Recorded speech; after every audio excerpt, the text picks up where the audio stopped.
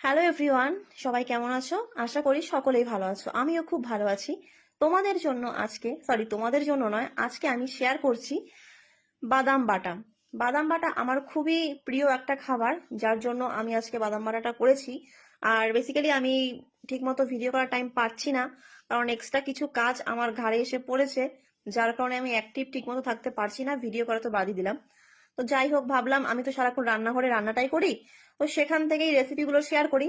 তো আজকে যেহেতু বাদাম বাটা করেছি, তাই জন্য ওটাই আমি শেয়ার করে দিলাম। বাদাম বাটা করার জন্য প্রথমে কাঁচা বাদামকে শুকনো কড়াইতে ভেজে নিয়েছি, যাতে খুব সহজেই ছোকলাগুলিকে ছাড়ানো যায়। আর নিয়েছি 3টে শুকনো লঙ্কা, শুকনো কড়াইতে টেলে নিয়েছি। আর নিয়েছি পরিমাণ মতো লবণ আর কাঁচা পেঁয়াজ। কাঁচা পেঁয়াজ দিলে আমার বেশ খেতে ভালো লাগে। জানি না তোমরা কে কি রকম ভাজা পেঁয়াজ দাও কিনা, আমি জানি না। আমি কাঁচা পেঁয়াজটাই দেই। পুরো বাটাটা আমি শিলনোড়ায় করেছি। যে কোনো বাটাই আমি শিলনোড়ায় করি, মিক্সিতে করি না, কারণ মিক্সিতে যে কোনো বাটা করলে একটা জল জল ভাব থাকে, খেতে একটা ভালো লাগে না। তাই জন্য আমি শিলনোড়াতেই করি।